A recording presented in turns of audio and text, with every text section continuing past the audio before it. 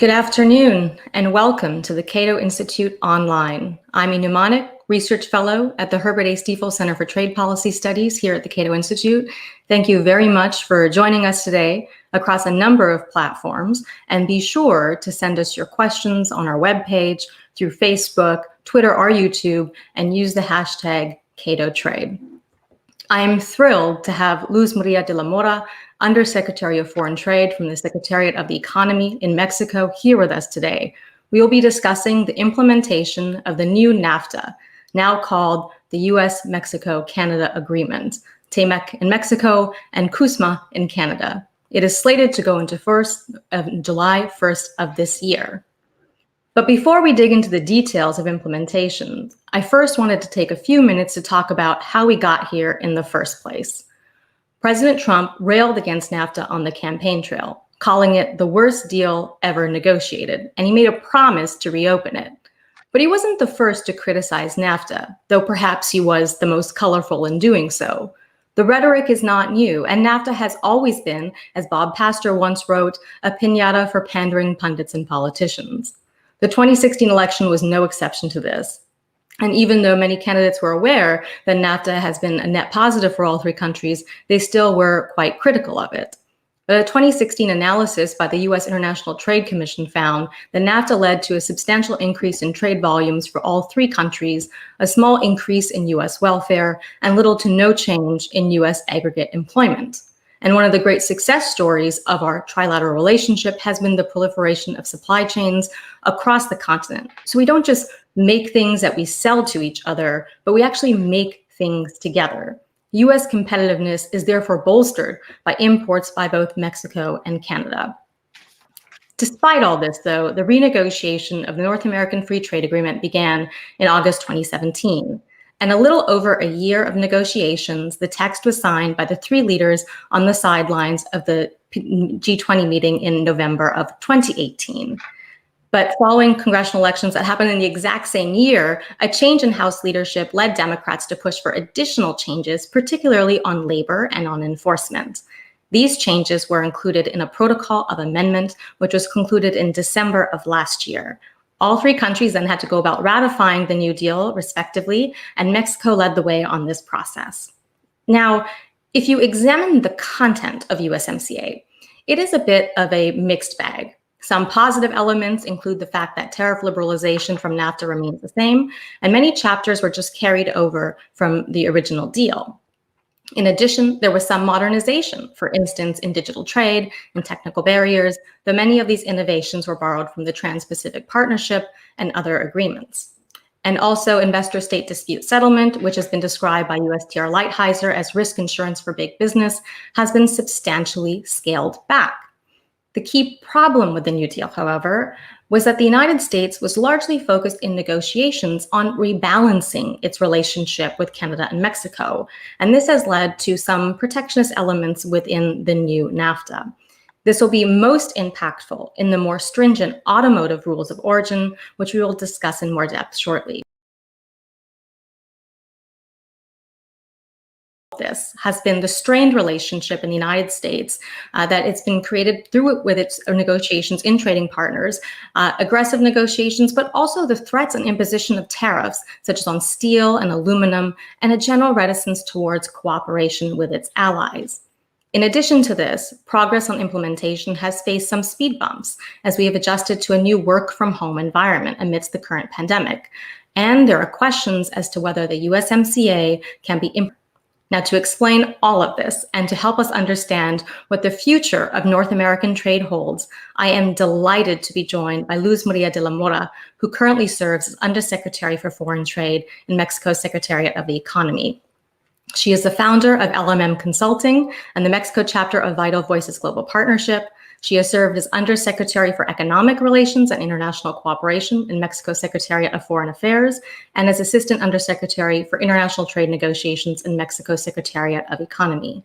She headed Mexico's trade offices in both Brussels and Montevideo, worked in the NAFTA office in Washington, D.C., and is a former Wilson Center Fellow. She also has a truly North American educational background, with a BA in International Relations from Colmex, an MA in International Political Economy from Carleton University, and a PhD in Political Science from Yale. Undersecretary de la Mora, thank you very much for joining us. I now turn it over to you for some brief remarks. Thank you, Inu. Thank you so much for the opportunity of being here. I want to thank you and the Cato Institute for giving us the opportunity, not only myself, but also the Ministry of Economy in Mexico, to share with you our views with respect to the transition from NAFTA to USMCA, which, as you know, we are basically in countdown time. We are 5 weeks away from implementation, and we're working full steam, even in a shutdown environment. So thank you, Inu, and let me offer some brief remarks, and then after that we can go to some Q&A, if that's okay with you. I would like to focus my remarks on what you said at the beginning with respect to Mexico and its contribution to the competitiveness of North America. And I completely agree with you. This is not only a trade agreement, it is an economic integration agreement that has allowed Mexico, the US, and Canada to create global value chains where we produce together for North America and for the world. And after that, I want to share with you where we are with respect to implementation, the progress that we've been making, and also what still needs to be done. So just to be brief, Mexico is keen on foreign trade because Mexico's economic growth is dependent on its integration to global markets. We know that trade, exports, and imports are basically trade. The trade component is a very important part of our economic growth and economic activity, as you see in this chart. Starting 1994, when NAFTA became effective, trade has grown and has grown at the same rate that, or even a higher rate that our own GDP.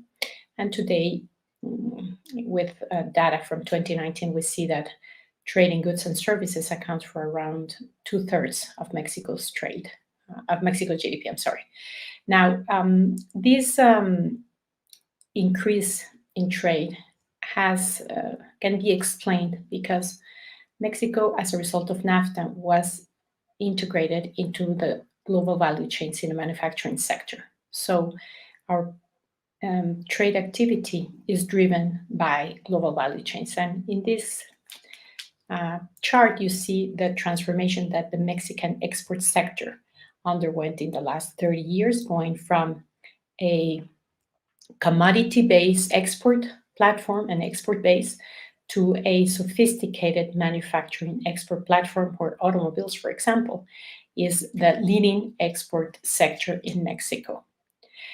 As a result of NAFTA, trade with the US and Canada increased by 6 in the last 26 years, going from 88 billion to more than 600 billion in 2019.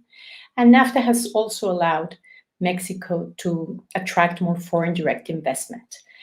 Mexico's network of 13 free trade agreements with 50 countries in the world and its export platform, the possibility of exporting on a preferential basis from Mexico, has made our country an attractive place for investors, with Canadian and US FDI accumulated between 1999 and March of 2020, close to $320 billion, which is a little bit more than 50% of total FDI into Mexico. And as you see in this graph, most of them FDI that has come into Mexico is in the manufacturing sector, as well as in certain services, financial services, trade, etc. So NAFTA really gave an edge to Mexico to transform itself, to transform its production platform. But Mexico has also contributed to the competitiveness of North American industry. And let me just offer a few examples of how Mexico got transformed as a result of NAFTA. Mexico became the 6th largest world producer of vehicles in 2019 and the 4th largest exporter worldwide. We already surpassed South Korea. We're the sixth largest supplier of aircraft parts to the US, the sixth largest exporter of information technology products and services, the seventh exporter in the world when considered the European Union as one actor. We're the 13th largest recipient of FDI and the second in Latin America, and we're the 8th largest exporter of food products. All of these numbers are the result of the integration that Mexico underwent in the last 25 years. So, as Ina was mentioning at the beginning, when President Trump questioned the usefulness of NAFTA for the region, you can imagine that for Mexico, this was a very challenging proposition. When President Trump mentioned that he wanted to withdraw from NAFTA, we knew that we only had one choice, and that was to renegotiate USMCA. The vision that we had as a region in the early 1990s, where we knew that the three of us together would create an integrated North America that would become more competitive, was not exactly the same starting point from where we renegotiated NAFTA, since the United States, above all, wanted to have an agreement that could show benefits in terms of the reversal of the trade deficit and in terms of bringing back jobs to the United States. However, for Mexico, we knew that it was important to us to keep this integration into the global markets, into the regional value chain in North America. We wanted to modernize the agreement, of course. We wanted to have a deeper integration, and we also wanted to make sure that we were going to remain part of the North American production. As you see here, and these are only a few highlights of the numbers that we can show, how NAFTA created a competitive North America, where today North America, in terms of trade, is the second exporter worldwide. Our exports, our total trade represents 20% of the region's trade. We have a GDP that represents the second economy worldwide, and we represent 23% of the FDI in the world.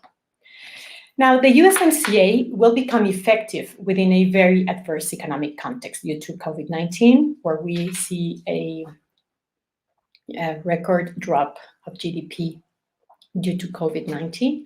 The forecast for this year is a negative 3%, but may be even lower. And we don't know if the shape of the recovery is going to be a V shape or a W or a U.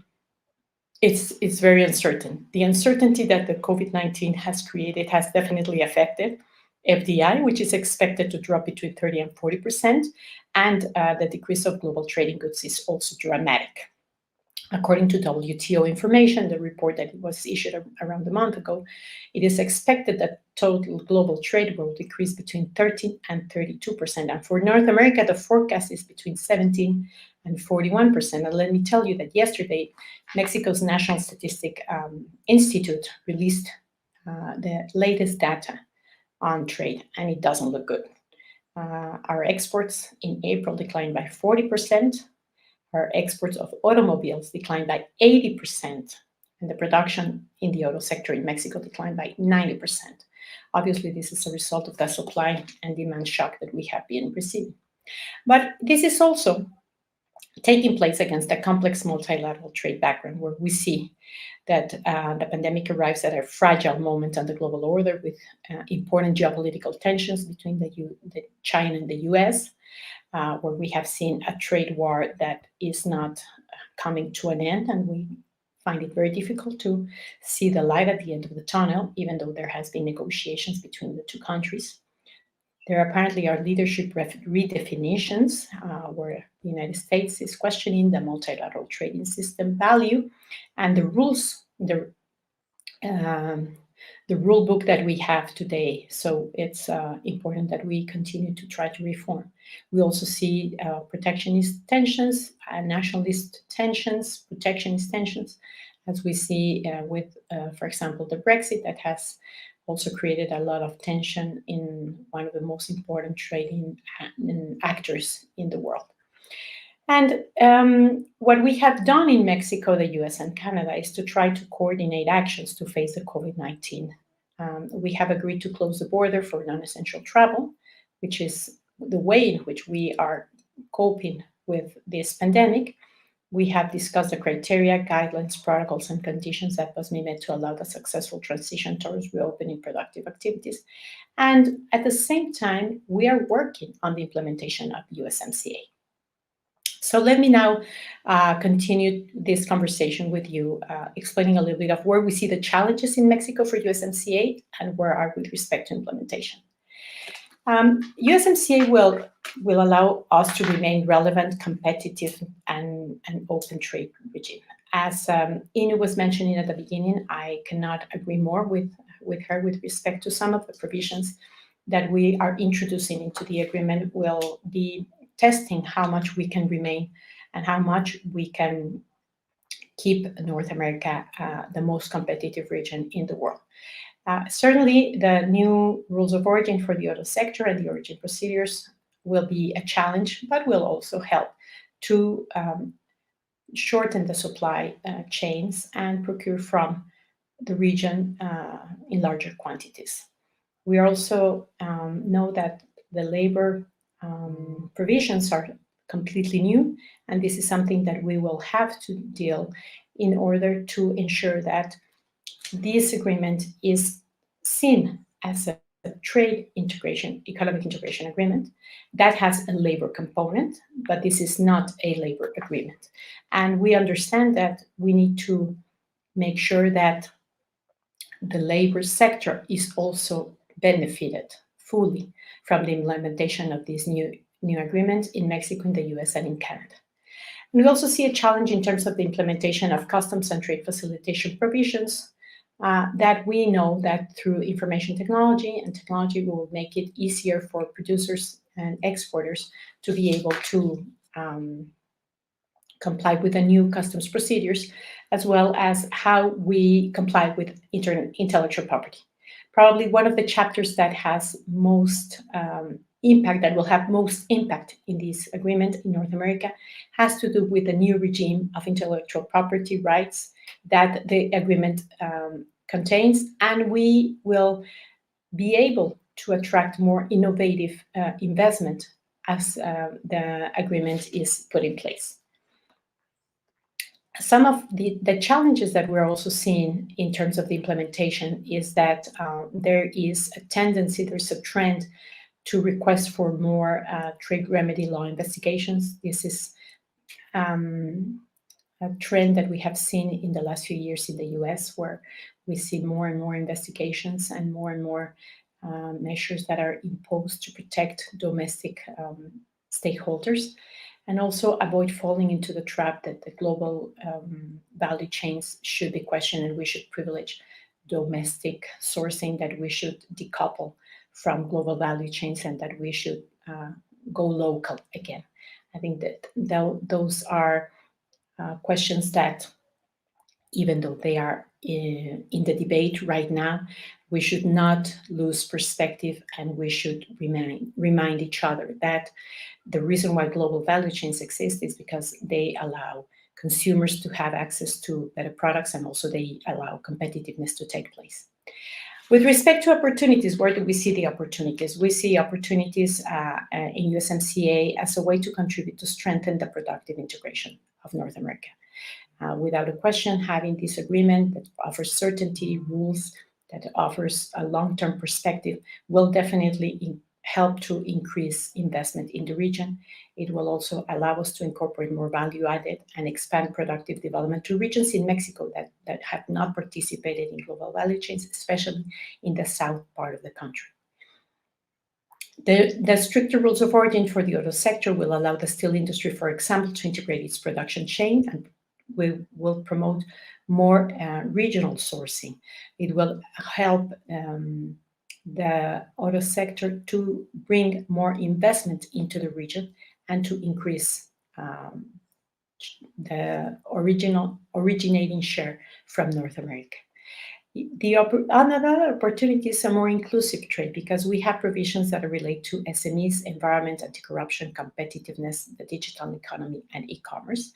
And we have mechanisms for compliance that are binding. Dispute settlement mechanisms will be strengthened, and that in itself today is a tremendous value for any investor producer in North America, since when it is compared with WTO, for example, we see that WTO is going through a very difficult time with respect to the lack of operation of the appellate body, which has eroded dramatically the WTO dispute settlement mechanism. We expect to allow more opportunities in agriculture as USMCA expands and improves market access of agricultural products, and also trade facilitation. The provisions that are included in that new chapter will definitely should help to reduce the costs associated with trade. E-commerce will definitely promote the growth of digital commerce while strengthening the production of consumer data. And today, as we know, in the pandemic that we're living, e-commerce has been a boost to the economy, to jobs, and to maintain trade in North America. Intellectual property will help to promote innovation. And for the Mexican government, the USMCA is important because it also sends an important sign that Mexico is a reliable partner. We respect our international commitments. We favor an open economy and the deepening of productive integration in North America. We are a source of economic growth. We seek to promote greater national and foreign investment and the creation of good jobs. And we favor innovation and competition. And the last part that I want to talk to you about is where we are right now in terms of the final countdown. As you know, the three countries exchanged notifications of having concluded our domestic procedures for the agreement in April, so that puts July 1st as the next date. In Mexico, we are still in the process of working with Congress to amend some legislation in order to make sure that we are in full compliance with USMCA. These are the infrastructure quality law, the industrial property law, the reform to the federal criminal law as it relates to camcording, the reform to the federal copyright law, the reform to the federal plant variety law, and the general import and export tax law. As you can see, many of these legislations that will need to be adjusted have to do with provisions in the intellectual property chapter. So that's why I'm saying that probably that's one of the strongest chapters in the new USMCA. As a result of the pandemic, Congress had to shut down, but we hope that when it resumes activities, it will be able to take this agenda. Also, the Mexico-US-Canada Environmental Cooperation Agreement is in the Senate and should be approved by the time the USMCA is implemented. And we are in the process of working on domestic decrees that have to do with the approval decree, the tariff decree, and other administrative instruments that need to be published by July 1st to make the USMCA operational. At the trilateral level, we are working in the definition of uniform regulations for these 4 chapters. I can tell you that we have made a lot of progress, and we hope to be able to have them in place by July 1st, as the agreement states. And we are also in the process of defining panelists for Chapters 10 and Chapter 31, as well as for the Rapid Response Labor Mechanism, and we're working to define the rules of procedure for dispute settlement mechanisms.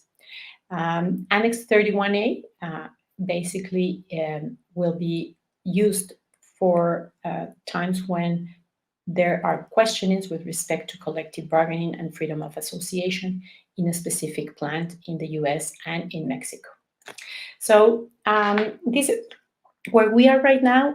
We are in the final countdown mode, and we are working at full steam, even doing home office, but we are ready to make USMCA the new reality for Mexico in North America. So I will leave my comments here, Inu, and I will be very happy to take comments and questions. Thank you very much, Undersecretary de la Mora, for that presentation and a lot of information that I think helps us understand a little bit about the implementation process and what to expect going forward. Just want to have a little reminder for those of you watching that you can send us your questions with the hashtag CatoTrade through whichever platform you're using, either on our website, Facebook, Twitter, or YouTube. So please identify yourself and let us know what your questions are. It'd be great to take some of those questions from you today. So I'm going to kick this off with some questions of my own, just so we get the ball moving. And it strikes me the importance of the auto sector to North American trade. And I know, Undersecretary de la Mora, you mentioned that in your presentation about how this is one of the big pillars of North American integration, that we do have a very competitive auto sector. And in fact, North America is the third largest auto manufacturer in the world. And that's if you count the EU together as one unit. So North America has been very competitive because of the NAFTA. Now, there were some significant changes to what are called the rules of origin in auto. They were made significantly more stringent than in the NAFTA, meaning that essentially we need to have more North American inputs instead of foreign inputs in order to qualify for duty-free treatment.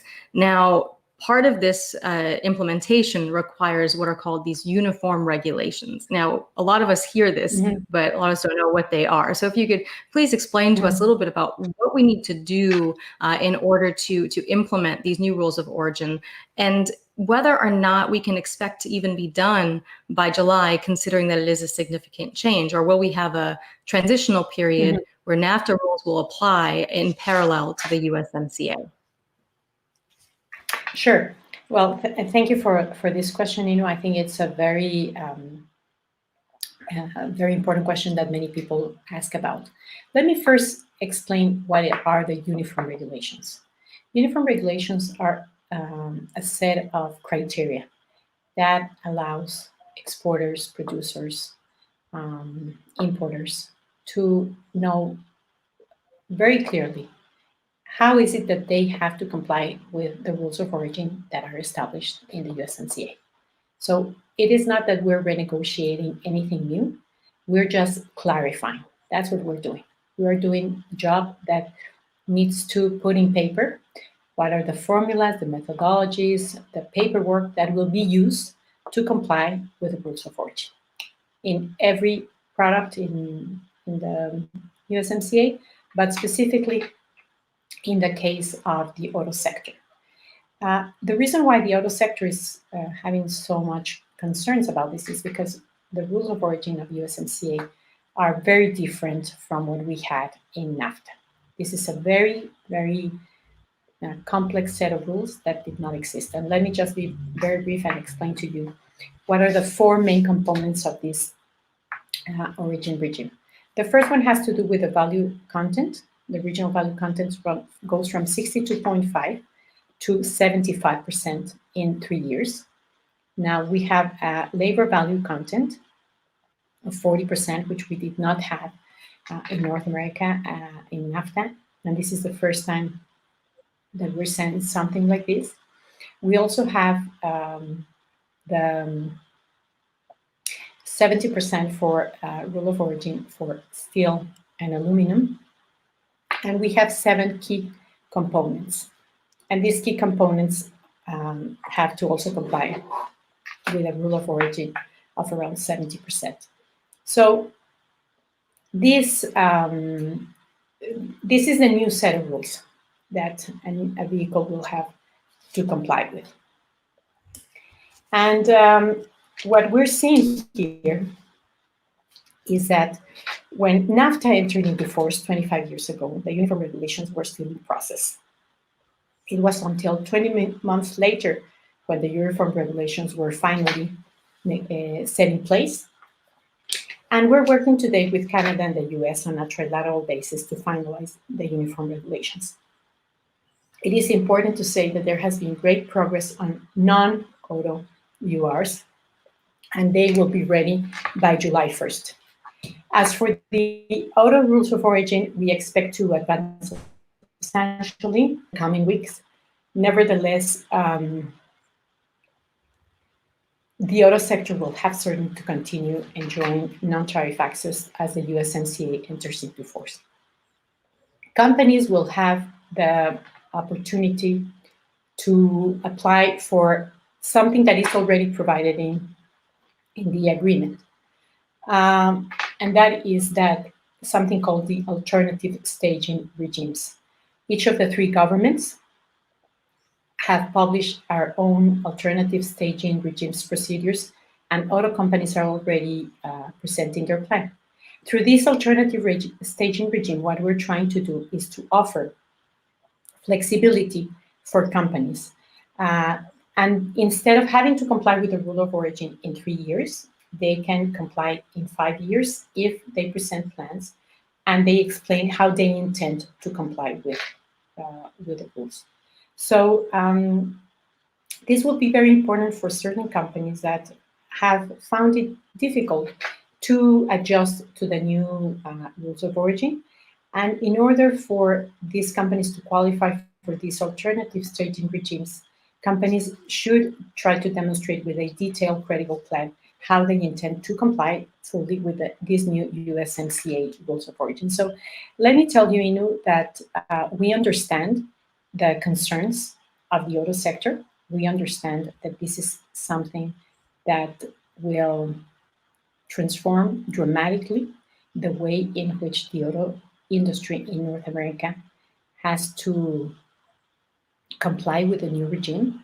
But also let me tell you that we in Mexico have been working very closely with the industry, light vehicles, trucks, auto parts, to make sure that their concerns are heard, and also that within the situation of the pandemic, they will not be in a disadvantage, but that they will be able to fully comply without having to go into very costly administrative procedures. So this is not minor, given, as you said, that the auto sector probably is the leading sector in integration in North America, and we want to make sure that the transition to the new regime in North America is effective, efficient, and does not affect industry, because that could translate also in affecting jobs. Thank you, Ina. No, thank you. And it is very interesting because I have a question actually from the audience that's asking about the fact that, you know, NAFTA is a trilateral deal, USMCA is a trilateral deal, and with these three partners and the interest that's sparked by your response in autos is Canada and Mexico are important trading partners as well, aside from the United States. And, you know, there might be possibly obstacles to implementation with regards to Canada and Mexico in particular without the US. Now, one way I'm thinking about this perhaps is the TPP. Canada and Mexico are both partners to the TPP. And we know in that agreement, the automotive rules of origin were far more relaxed. In fact, opened up to allow more input from Asia, which would have probably bolstered a lot more North American competitiveness going forward. Now, the US is no longer part of this. So how do you see this shaping up? Will there be challenges in how Canada and Mexico decide to apply rules as between them? And how does this affect implementation generally for USMCA? Right. I mean, that is a very good point. How do you make USMCA rules of origin and other rules of origin from other trade agreements, in this case, CPTPP? Let me tell you that I think that as long as Mexico, US, and Canada production in the three countries complies with USMCA, it will be very easy for Mexico and Canada to comply with the rule of origin of CPTPP. It is very costly for companies to have to devote a specific line of production for one or another trade agreement or market, I should say. So what we're seeing is that compliance with USMCA is the goal of these companies, and to the extent that they will have this very high level of integration in North America, it will already be helping them to comply with the rule of origin, for example, in CPTPP. Thank you.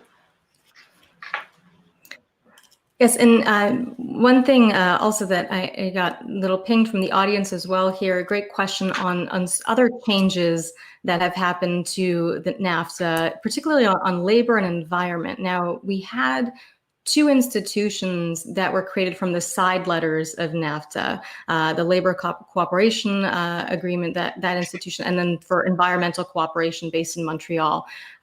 What are the changes that we're going to see from NAFTA to USMCA and how these institutions and these chapters operate? Because they were not included within the text of the agreement in NAFTA, and now they are enforceable. So what do you see as the major differences in both environment and labor? Yeah, thank you. Well, there are several changes. As you said, now the labor environmental provisions in USMCA are included in the USMCA. Chapter 23 is devoted to labor. Chapter 24 is devoted to environment. To the extent that these chapters are included in the agreement, and they are included in such a way that they relate to trade and investment activities in North America, then they are also part of the dispute settlement mechanism of the agreement. Any provision that has to do with labor or environment that is applied in an inconsistent way in any country that does not reflect our commitments in USMCA, then it could trigger a dispute settlement mechanism under Chapter 31. In the environment chapter, I want to say that I really think that the environmental side agreement for the NAFTA did create a North American environmental protection regime. The Cooperation Commission for the Environment, located in Montreal, did create a regime that worked very well for different projects for environmental protection in North America, and that will not disappear. It's been taken over with this new agreement, environmental agreement between Mexico, the US, and Canada. That in Mexico, for example, has to be approved by the Senate still. There are several agreements that are included in Chapter 24 related, for example, to CITES and several international environmental protection agreements that we decided to include in order to protect fisheries, etc., to avoid the illegal traffic of species. And I think that we see an evolution with respect to protection of the environment in North America. On one hand, the chapter that's included in the USMCA and the fact that provisions are binding for Mexico, the US, and Canada, and also the creation of a new environmental agreement that will be in charge of the environmental authorities. We hope to be able to improve environmental protection in North America. With respect to labor, I think that that's one of the most important changes in the agreement with respect to NAFTA. We see that in Chapter 23, basically what we are talking about is the protection of labor rights as they're recognized internationally in the International Labor Organization. Freedom of association, prohibition of slave work, prohibition of forced work, etc., non-discrimination. So that is the general chapter that makes sure that the three countries respect the rights of workers. Now, in addition to that, there is an annex in USMCA that is devoted to the implementation of Mexico's labor reform. I want to mention that for Mexico and for the current government, this labor reform was one of the most important issues on the electoral campaign, and is one of the key issues in the government agenda of the current administration. Why? This is a structural reform. It's a 180-degree change with respect to what we had in the past, with respect to the labor-worker relationship. We're interested in having better labor conditions for workers. We want to improve the quality of life of workers. We want to improve wages. And what we're seeing here in Annex 23 of USMCA is a very specific set of rules that will make sure that the labor reform is effectively applied in Mexico. This is a labor reform that was passed in May of 2019 after a constitutional reform of 2017. In addition to that, the protocol that was renegotiated by the US, Mexico, and Canada after the USMCA finished its negotiation also contains an annex for dispute settlement mechanisms. And this is Annex 31A and Annex 31B, each one between Mexico and the US and Mexico and Canada. And in this specific case, this rapid labor response mechanism basically target two areas. On one hand, collective bargaining, and on the other hand, freedom of association. These are annexes that intend to make sure that these two rights are fully respected, and when any of the three countries find out that these provisions are not being respected, that these rights are not being respected, then we can start, as the word says, a rapid mechanism that will try to target specifically a plant where these problems arise. This is something completely new. These are provisions that have never been tested. We're innovating in this respect. We know that for labor in North America, this was a very important issue. For Mexico, it is important too, because we do not want to we don't want to be considered only a country that whose competitiveness relies only on low labor and low wages. But I also want to underscore the fact that we are very clear about the fact that this is not a labor protection agreement. This is an integration agreement, a trade agreement that has labor provisions, environmental provisions, anti-corruption provisions, and customs procedure provisions, which aim at creating a regime for North America that will provide a competitive business environment and also an environment that is conducive to creating the best conditions for the environment, for labor, and for industry. So, in a nutshell, I can tell you that we're still working with the US and with Canada in developing the rules of procedure for this Annex 31A and B. And also we're working with the private sector to make sure that they understand very well what this means, what are their obligations. And we know that to the extent that, at least in Mexico, the labor reform is respected and fully implemented, we do not foresee any problem. And our measurement of success will be that there are no cases started under the rapid labor response mechanism, because we know that if the rule of law is respected in Mexico, then there should be no cases in this respect. Thank you. Thank you very much. It is interesting how much has changed in terms of the labor chapter, being a chapter itself. And in the United States, this became the center of bipartisan support. Both Democrats and Republicans touted this as a major win for them. And you're right to point out that the USMCA is not a labor agreement. There's a labor chapter attached to it, but by no means is this only about this issue. Now, one thing that I think is usually not paid attention to in the United States is the fact that this is an agreement that goes both ways. The labor mechanism applies to all three countries. So we know that in the US, we recently heard that there are cases already being considered by groups in the United States to bring against Mexico when this goes into effect. We don't know if that is fully developed yet, or what these cases might look like, or what they're focused on. Mm-hmm. But because the mechanism can go both ways, is Mexico Mm-hmm. also considering potential cases to bring against the United States, even though that coverage is slightly more limited than for Mexico?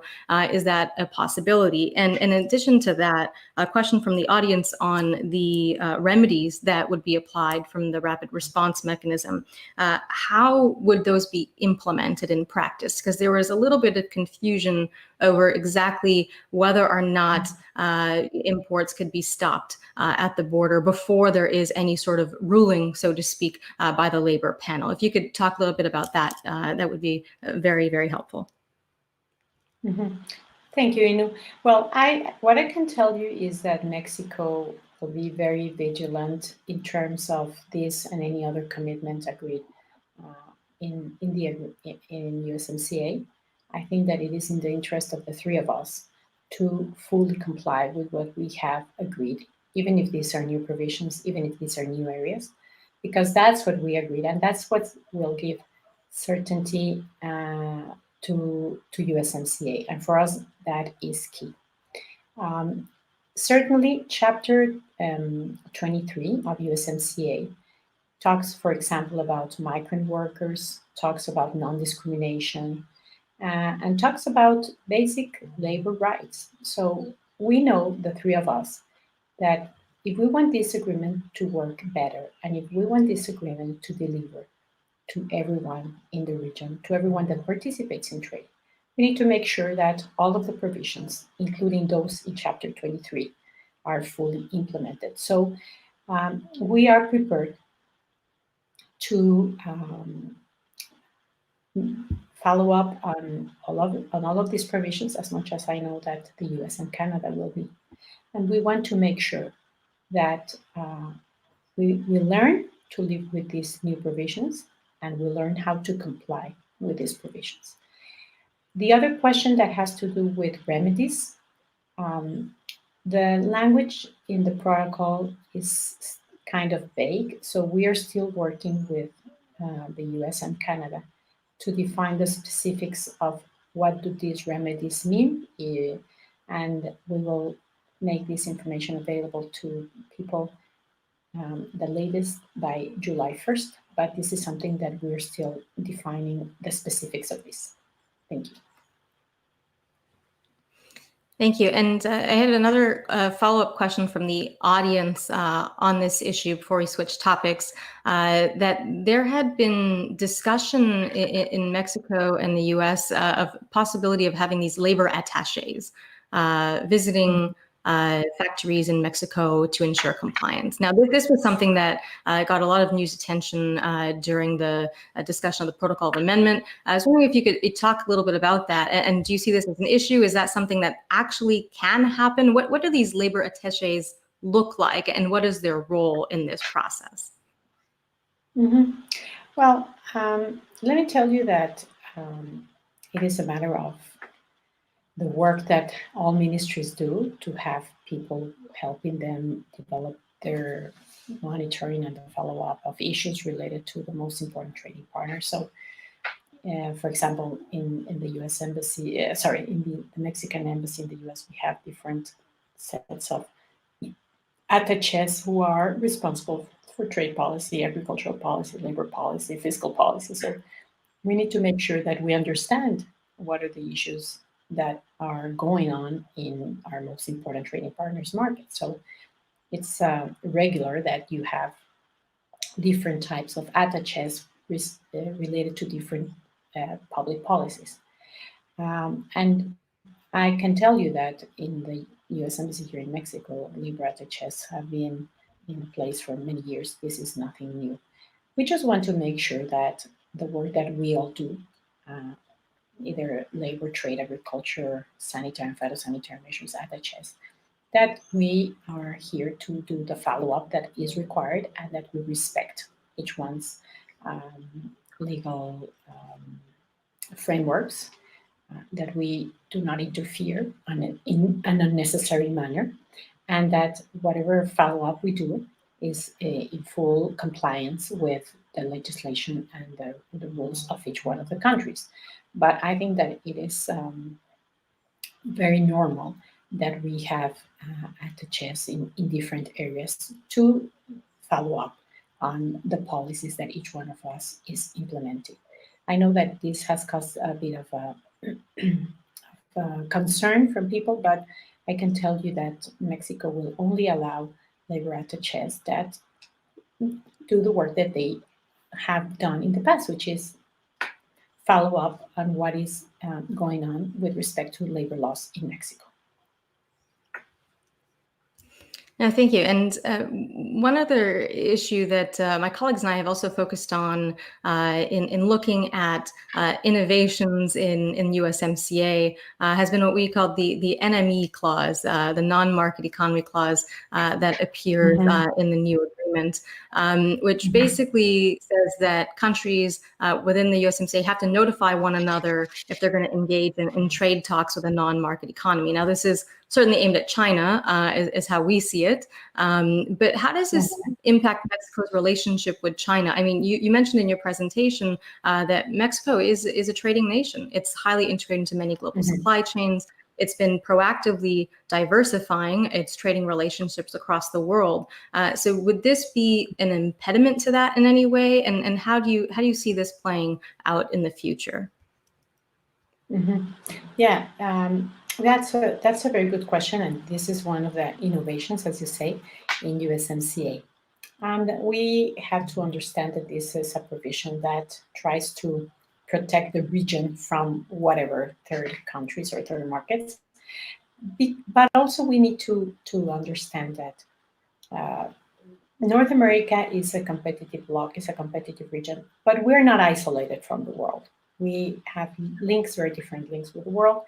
China is the US third largest trading partner. It's Mexico's second largest trading partner. It is our second source of imports. It is our third export market. And whatever happens in China is important to North America, not only to Mexico. Now, let me tell you that with respect to this provision, the country that we have seen most active with respect to China has been the US.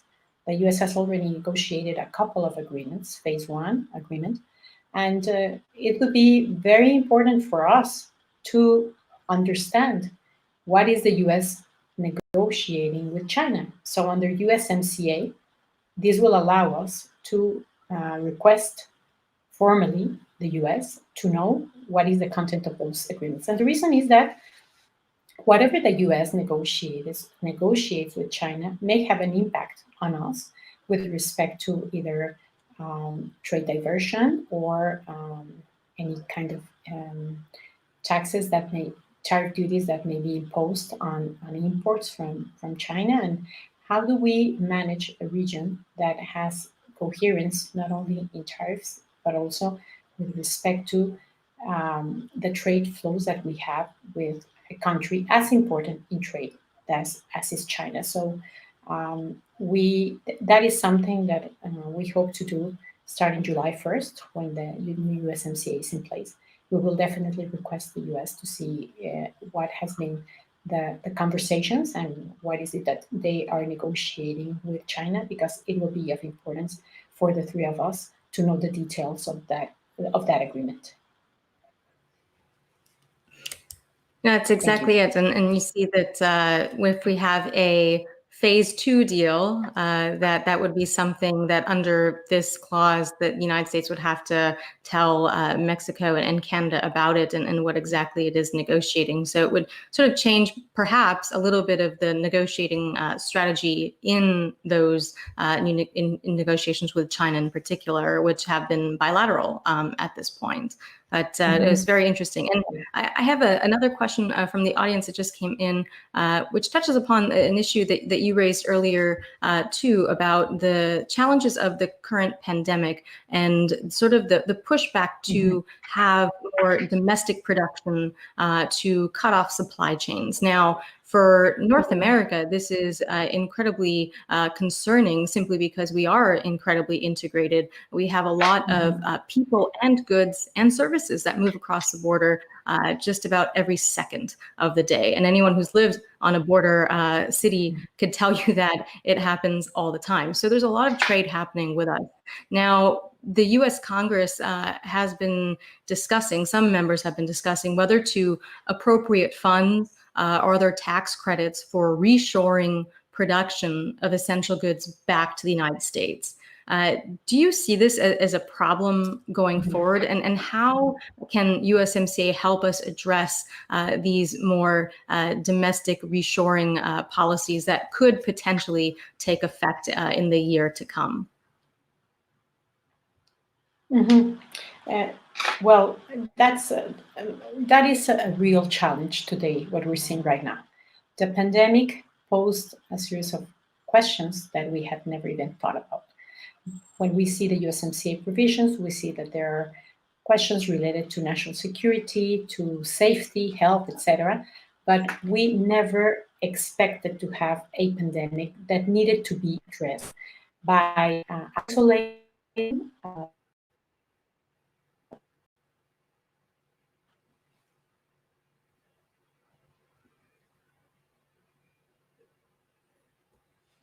Sorry, we just have a little bit of technical difficulties here, and I'm sure we'll be online shortly again. Just want to restate some of the stuff that Undersecretary De La Mora said earlier about supply chains. And oh, you're back. Perfect. I'm sorry. Something happened with my internet. I apologize. I was saying that, this is something that we never imagined. So this is not something that we included in any way in USMCA. Second, the way in which we have had to address this issue has been by erecting barriers, by isolating ourselves, by delinking or decoupling each other from one another.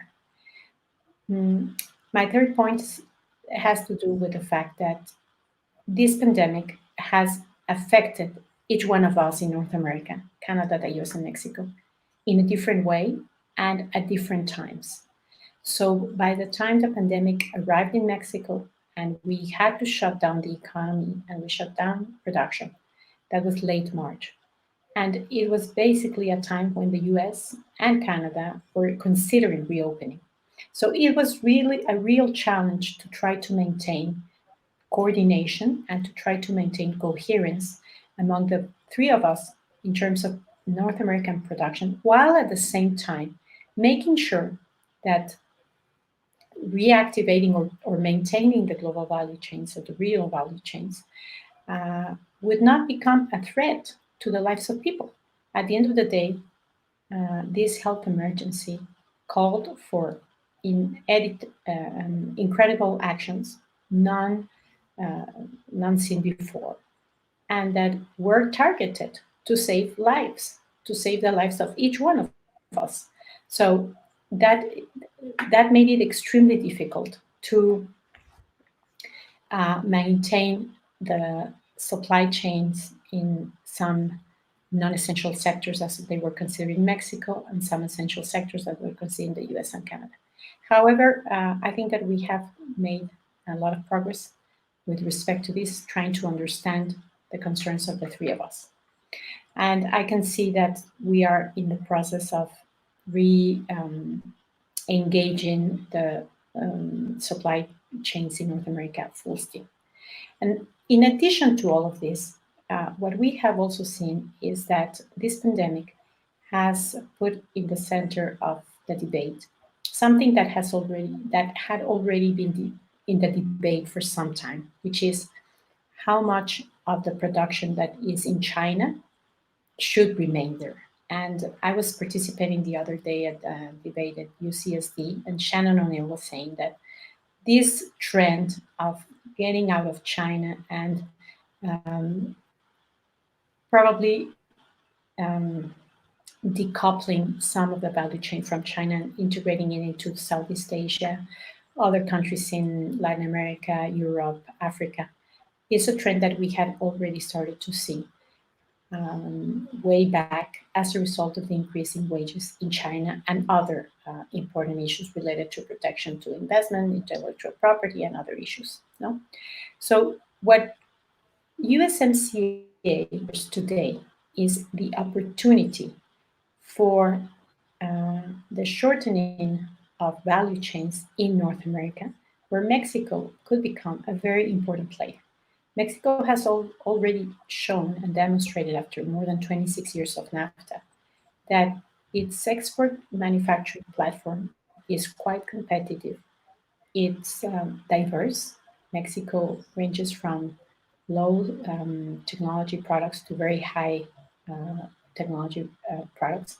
So we are basically participating in all the range of manufacturing production. And Mexico could become a very important actor to shorten those value chains, but also to keep North America competitive. And USMCA offers that possibility because we have the rules, we have the specific rules of origin, we have all of the provisions for trade facilitation and for the new issues on the economy. So I think that without intending to isolate North America from the rest of the world, Mexico is ideally positioned to attract those segments of the value chain into Mexico and into the region to help restructure those productions in such a way that maybe we can safeguard a little bit more the region from these kinds of events. Thank you. Thank you very much for that comment. And you're right to point out that this is an opportunity for North America to be strengthened in its integration rather than to try to find ways to disentangle it, as some have been pushing for. So thank you very much for that response. Now, I think that's all the time we actually have left for today. That hour went by really fast. We had a lot of great questions that came in, and I really apologize that I couldn't get to all of them, but I got to as many as I could. The video recording of this event will be available on our website tomorrow, so please go online and check it out if you missed it. And thank you very much to you, Undersecretary de la Mora, for joining us today, and a big thanks to our audience for watching. We look forward to seeing you again at Cato Online.